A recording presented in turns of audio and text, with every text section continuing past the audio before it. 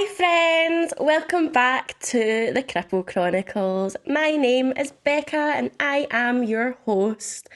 In the last episode, I started reducing the frequency of the podcast to fortnightly, and I'm not going to lie, I left it quite late to start planning this episode because my head's just been very empty. I have managed to use some of the time to catch up on extra work like doing content for Instagram and TikTok, which took a lot of mental energy and still does because I've not really planned all of it. I just kind of done it in pieces and I was like, I'll come back to that, and I still need to go back to it. I'm a pretty big overthinker. I put a lot of thought into the majority of things that I do, but it then ends up spiraling into this little hole where I feel like what I have to or want to say isn't important or worth it. But I know that's just the little negative part of me that doesn't always have to be true, but it can be quite hard to quieten that negative belief down and try and work against it. I do feel recently like I've been living life day to day, taking things as they come, trying to build a better routine and structure for myself and my well-being, but it's hard, especially with it being warm recently. I'm so tired and drained that I need to sleep more. A lot of the time when I'm going for a nap in the day, I have to have a chat with myself that I don't need to earn rest to be able to take it, and that my body is tired and it's okay for me to sleep. But it's still just so hard some days to switch those thoughts off and actually be able to go to sleep, because I feel like I need to have done something to be able to earn that rest. On a more positive note, I have mentioned in a few episodes the process of me going back to driving, and yesterday I actually went to order my car, and it's going to be a few months to wait, but I think that's something really exciting, and it opens up a lot more opportunities and things that I can do in my life, especially if my prosthetic's hurting me and things like that. I don't need to rely on public transport. I can go see my family, I can go see my friends. I'm not stuck in the house all the time. I'm just excited, even if I do need to wait a few more months.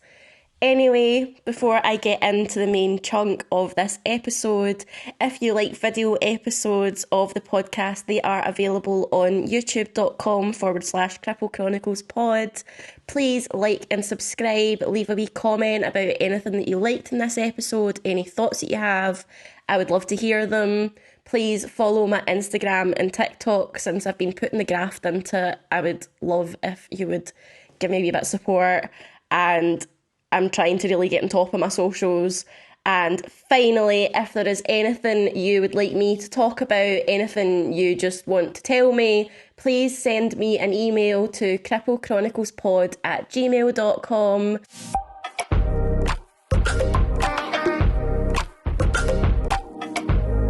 I thought I would do something a bit different today. As much as I enjoy looking and doing research, it takes a lot of brain energy that I don't have. And with the podcast, I've been very open about how things that I went through after the accident impacted me and my mental health. And part of the reason I was able to do that and even just get myself through everything, I think a big part of that is down to my training as a mental health nurse. It is coming up to around the time of finishing uni, graduating, those kind of anniversaries, and it has been something that's been on my mind a bit recently. I was looking through pictures and I saw messages from when I got offered my job and when I was graduating from my pals and celebrating the fact that I was nearly a nurse or I was a nurse.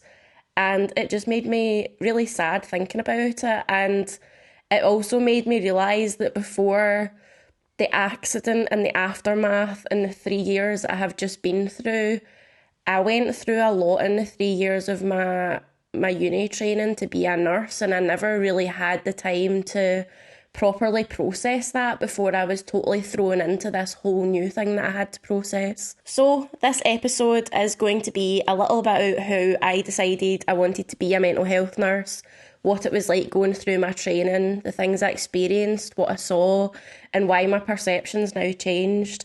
Because I want to make it clear that nursing isn't off the cards because I'm an amputee and I don't think that I could do it. It's more because of the state that the system's in, and I don't think I could go back to work and feel safe. When I was in school, I decided that I wanted to be a child psychologist. I didn't want kids to be let down by the system like I had, and I thought I could do something to change it.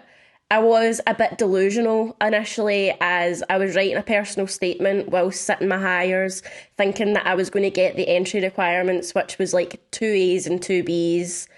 I say it was delusion because I ended up leaving school with 3 D's at higher and a C at National 5. When I got my results through, I was gutted. I wasn't as sad as I would have been if I had went back to school for my 6th year. The idea of having to face the teachers that I had just totally flunked the exams made me never want to step foot in the school ever again. And it worked quite well because I had already been looking at colleges and I had a place at college to study NC Social Sciences. So I was kind of the opinion of, it's fine, I didn't get those hires that I needed to follow the path that I want to follow. However, I do have another route of being able to do it. I really enjoyed doing social sciences, and I think when it came to progressing to the HNC, I went for a college interview where they asked me what I wanted to do.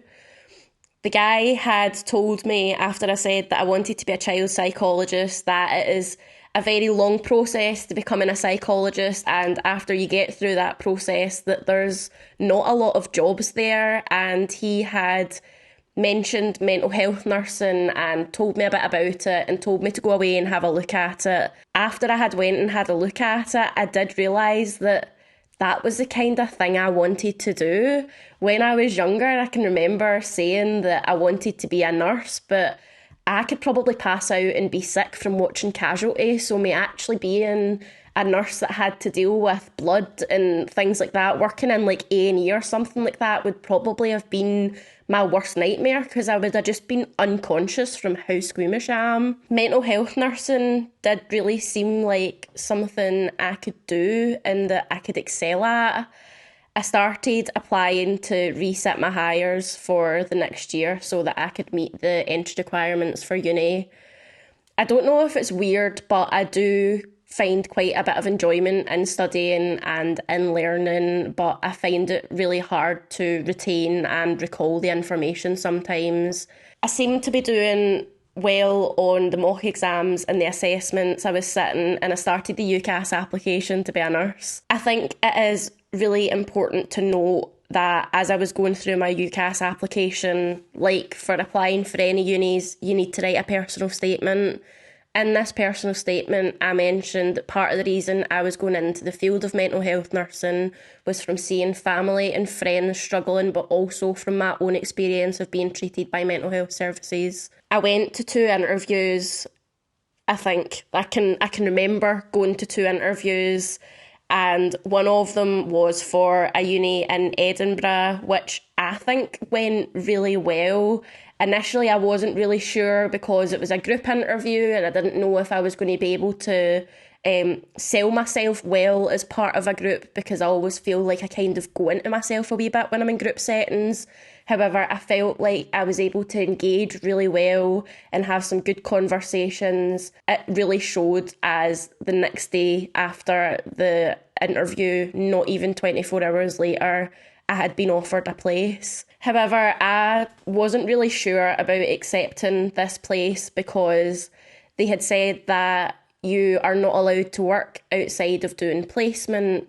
They would have been expecting me to move to Edinburgh when I had said that I was actually planning on commuting from Glasgow. They had said, well, in a couple of years, we're planning on starting lectures at 7 o'clock in the morning. Therefore, there wouldn't be time for you to travel from Glasgow and you would need to live in Edinburgh. The issue with that is the student accommodation was more expensive than the monthly nursing bursary that you are given, and they had already said that you're not allowed to work outside of being on placement. So how are you meant to afford to live and study to be a nurse if you can't do that? Like, I don't have the support where somebody can just supply me with money to get me through that. Like, nah, I couldn't do it. The second interview didn't go quite as well. This was for one of my last choice safety options, and I was so anxious, and I can't even remember what they had asked me about. I think I was talking about working in care, and I said about somebody shitting themselves, and straight away I was just like, oh shit, I can't believe I've just said that. And then I realised I'd swore again, and I was just like, oh no. I knew in my head that I had totally fucked it up. I get pure flustered, and as soon as I get in the lift to go back down to meet my dad, I knew I wasn't getting any further, and I was 100% right. I say the personal statement thing is important, as when I got my exam results through, I hadn't met the entry requirements, and I had thought that I had failed there and then. But a few hours later, I got an email to say that my place at my first choice uni had been accepted. Part of the reasoning for that, I think, was my personal statement. But through uni, I then felt like I had my mental health used against me at quite a few points and told to either take a year out or drop out completely. Uni was already hard enough without that added on top. I'm going to go through in timeline of first year to third year, because that is an easier way for me to kind of keep myself on track and kind of cover all of the things that I want to cover. When I started thinking about doing this episode today, I thought that it was actually going to be a lot easier, because I was like, I'm just going to be able to pull that information from my brain. It didn't happen that long ago. However, I was then sitting looking through my folder, and the memory gaps that I have are really bad sometimes. So there's probably not all of the stuff that I actually want to say, but this is after me sitting for 5 hours and putting down bullet points and things like that, and actually putting the effort into it, because the podcast is something that I genuinely care about, and I want to make the best possible content, but I also want to make it in a way that is easy for me to kind of sit through and do it, because I know for a fact if I didn't have it in any kind of order, this would be absolute fucking chaos and I would make zero sense whatsoever. So when I first started uni, I think I was maybe still living at my mum's. It was either I moved very shortly before I started uni or very quickly after I started it. However, that was a big change already, and then although being out of school and being at college and going to the interviews and having a kind of idea of what uni was going to be like, it was so overwhelming. The campus was all in one spot, but there was so many buildings, so many opportunities of getting lost, so many people everywhere, and not to mention about 500, 600 people in nursing course altogether. In the first year of nursing, all different fields are taught the same in the same classes, learning about the values in nursing, the clinical skills, physiology, how to work as part of a multidisciplinary team. I felt initially that I was really far behind, because a lot of the students that I was in classes with had sat HNCs or HNDs. They'd already had placements. They already had a base knowledge of this. And I just felt so out of my depth. I didn't feel like I had any idea of what people were talking about, but I was really devoted to learning so that I did understand and I didn't feel out of place. To become a registered nurse, you have to complete 2,300 hours of placement experience. That was phased in 3 placements in first year, 3 in second year, and then 2 in third year. I ended up doing 4 in first year, 3 in second year, and 3 in third year, as I had hours to catch up on in different scenarios that I will get into. Before going on placement, we had to go to occupational health appointments and get bloods taken, as well as courses of vaccines that we hadn't had before, just to make sure that we were safe. Things like hepatitis C injections, because if a patient bit you and they had hepatitis, then you would end up getting the hepatitis, so you had to be protected and immunised against it.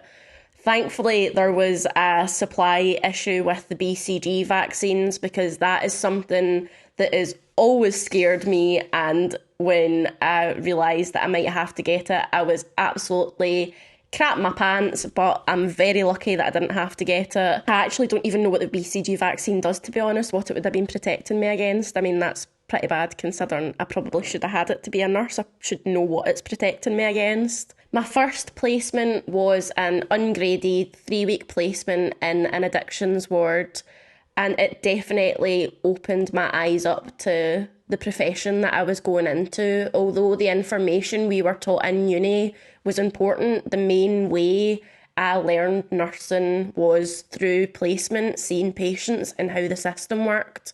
One of the first nurses I spoke to had told me that she was just back from being off for 6 months after walking into a room and seeing a patient who had been hanging.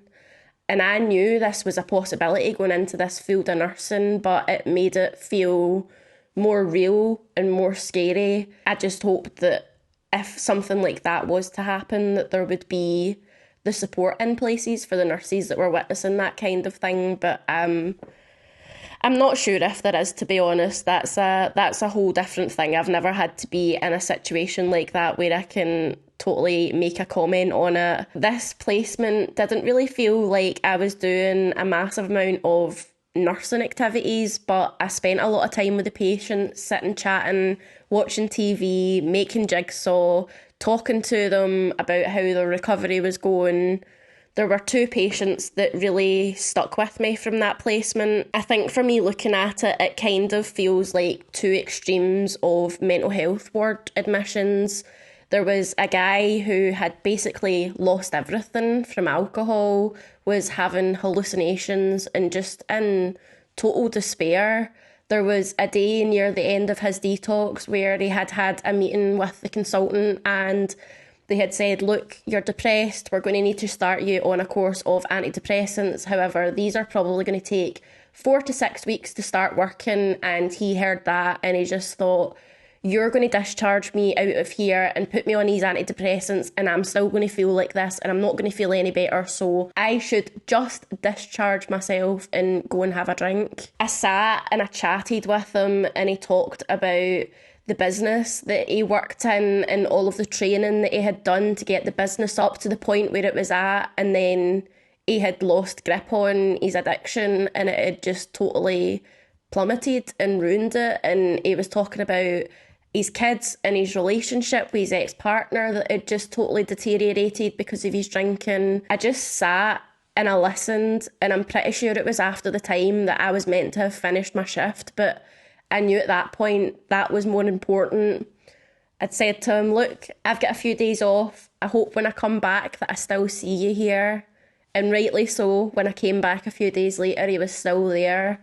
It was getting close to when he was going to be discharged, but I remember having a conversation with him where he had told me that one of the main reasons that he was still there was from me sitting talking to him and listening to him and chatting things through, and he realised that he wants to do this for his family.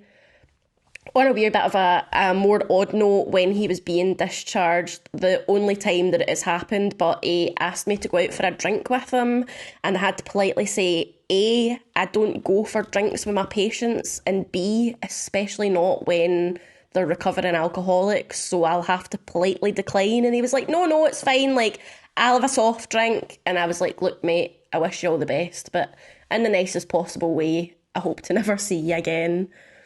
The other patient that I'm thinking at the other end of this scale is a woman who had come in, and initially there was some chatter that she wasn't really there for the right reasons, but I tend to try and take people at face value and take their word for what they're saying, but that was the wrong approach in this case, because the woman that was in had a court date a few days later, and it turned out this court date was something to do with drugs and alcohol, but because she was in the addictions ward, they took that as being, you're getting help to do better for yourself, therefore we're letting you off for this. And she got back to the ward and she discharged herself because she got what she needed out of it.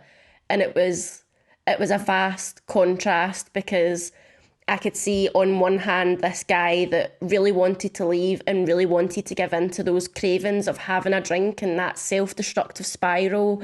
However, he could sit and he could realise that he had all of these things about his life that he had lost, and he wanted to be able to get them back, and the only way to get them back was to start a life of sobriety where he could build that back up again. Whereas on the other hand, with this woman, the ward was used as a get out of jail free card.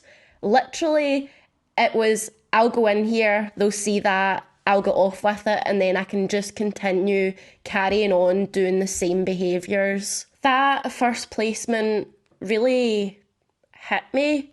For the first 2 weeks, I went home every night and I just cried, because it was so heartbreaking seeing people in this situation and knowing that it had got to a point where it was so bad that they needed hospitalised to detox, and just thinking that as much as I could help them when they were in the ward, I knew that they had so much rebuilding of their life to do, and that was just, it was heartbreaking. I didn't know if I was making the right choice going into nursing, because I was taking all of this stuff home with me. It was reminding me of my mum, and it triggered a lot of thoughts at that time, but I just tried to push it all down, put it in a neat little box, and just try and not let it bother me in the slightest, which I know now, looking back at it, that really wasn't the best way to approach that, but it's what I did at the time because I didn't know any better. My second placement was what was called a hub placement, one that you go back to for a placement every year for the 3 years that you're studying, and it's the idea that they can see your improvement from your first placement to your last. My hub placement was a rehab ward, so mixed gendered patients who had been in hospital for a number of years and needed help of rehab for them to be able to go back into the community. I can't really remember if this was a 3-week placement or a 6-week placement.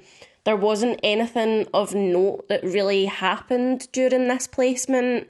I did feel it was a wee bit quiet, which is a banned word usually in nursing and wards, because as soon as you say it's quiet, all chaos is going to break loose.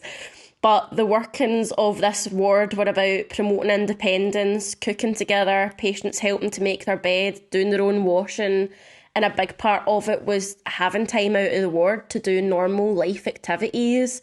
And it could be sometimes you were in an afternoon and there was maybe 3 out of 15 patients in the ward. Although it was all about promoting independence, it definitely upped that sadness that I felt from my first placement. I wasn't going home and crying as often, but it was so sad to see patients who had just almost been forgotten.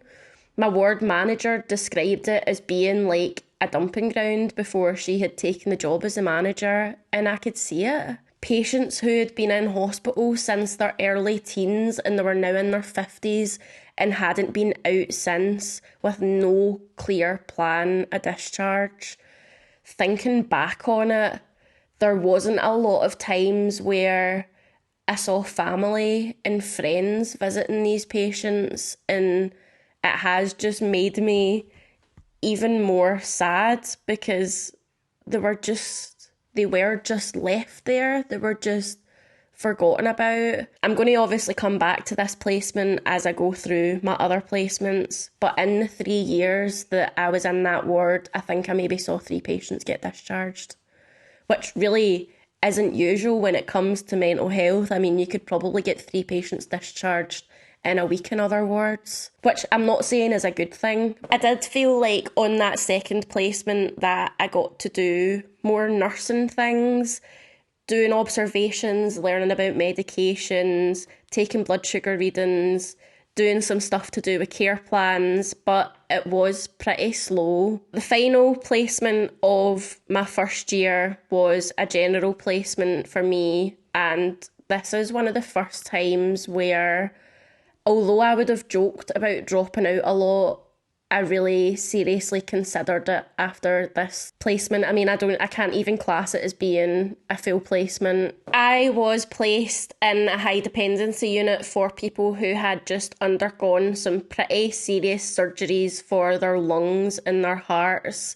And that was pretty tech heavy. They were all hooked up to machines that all of the information on it, and it needed a password to enter the stuff in. So a lot of the time I was just sent around the ward to write it down on a little piece of paper, take it back to a nurse for them to then go back and input the details into a system. From the first day, I just knew that it was going to be a struggle. The fact that I was a mental health nurse had been brought up a few times, asking me if this was my first real placement.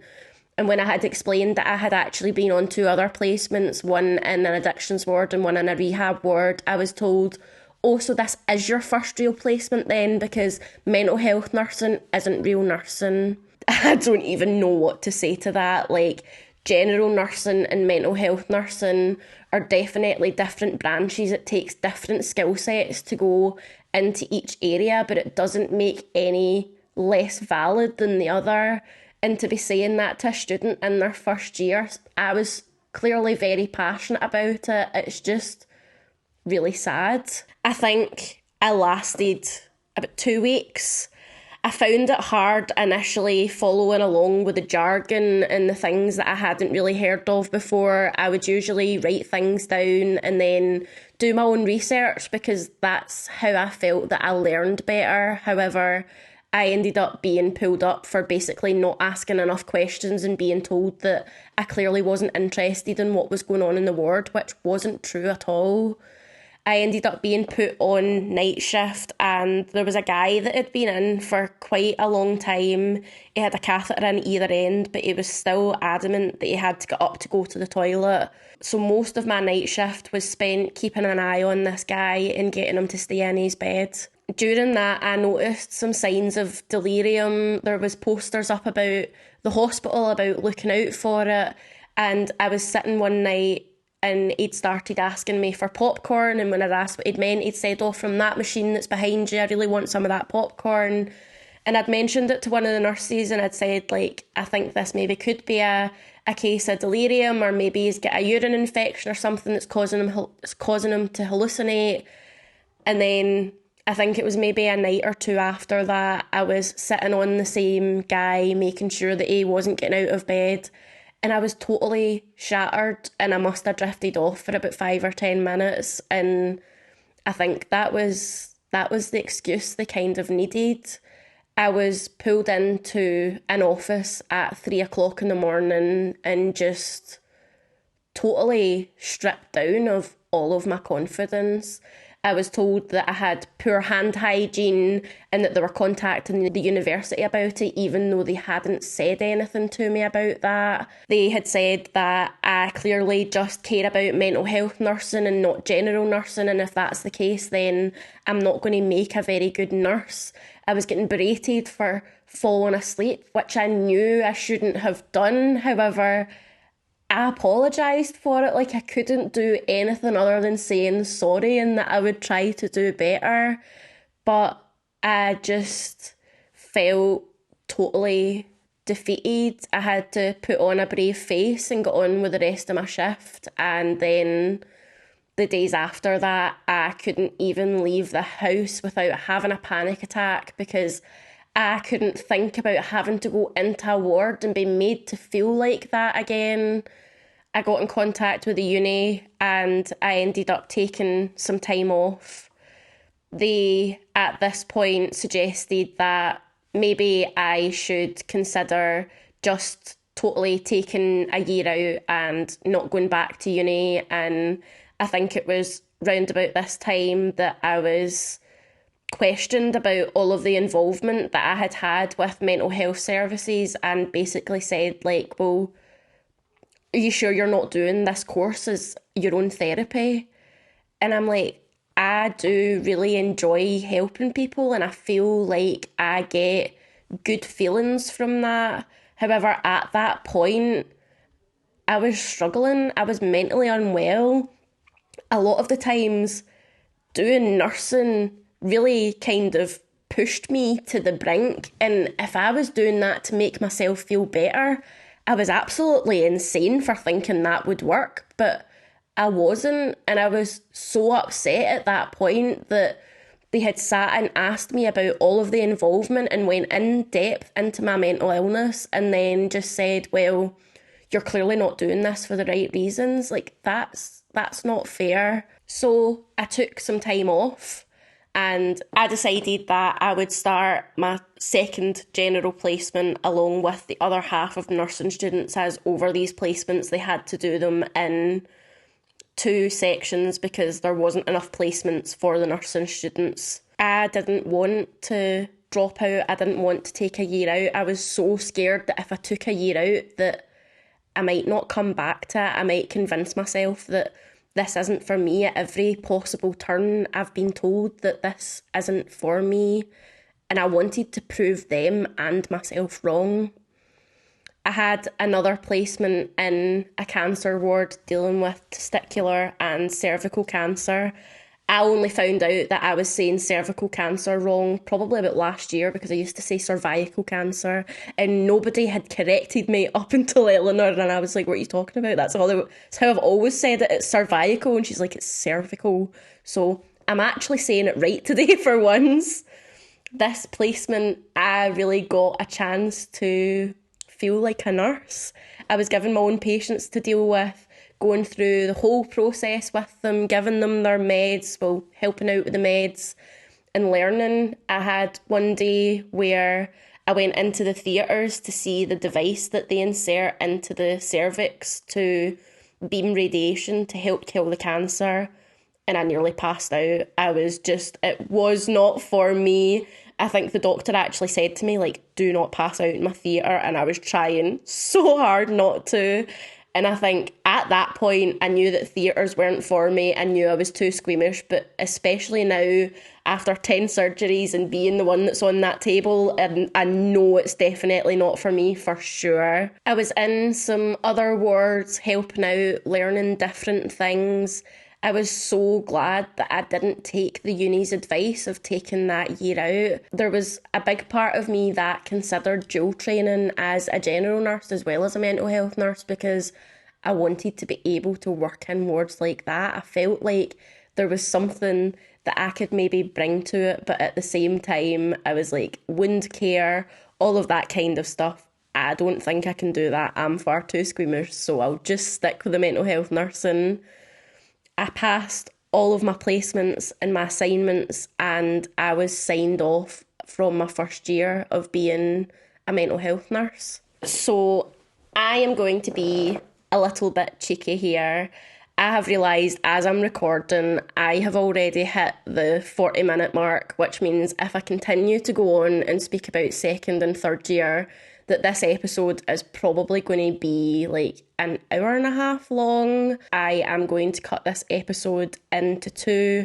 However, I am going to post it this week and then I'll post the next part next week so that you don't need to wait 2 weeks to listen to it.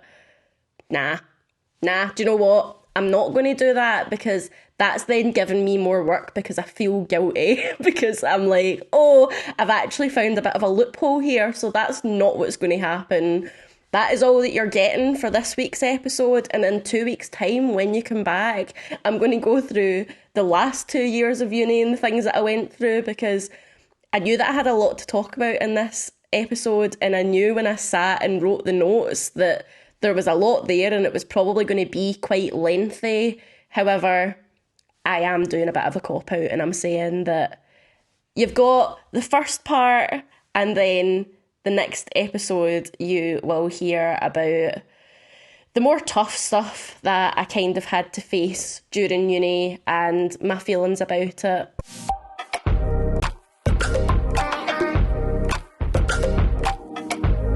Thank you so much for tuning into this week's episode of the Cripple Chronicles. I know it was a wee bit different from what I said in the introduction. However, I'm just wanting to kind of keep these mostly under an hour. I don't want to be kind of going over into the territory where it's like too much long form content because I know with my brain sometimes that I struggle to listen to podcasts. So I think it's better to cut it into the next episode. I really hope you don't mind about that, and if you do, then fuck you, it's your problem. Sorry, not sorry. Anyway, I hope that you have enjoyed... Fuck me. I hope you have enjoyed this week's episode of the Cripple Chronicles podcast. If you have, please like and subscribe, leave a comment on YouTube, rate and review on audio platforms. Please follow me on Instagram and TikTok because I'm getting on top of the content. I know I've already said it in the introduction, but I need to say it again. And what else? I feel like there's something else. Email. If you would like to email me, please drop it over at cripplechroniclespod@gmail.com. Thank you so much. I will see you next time. Bye!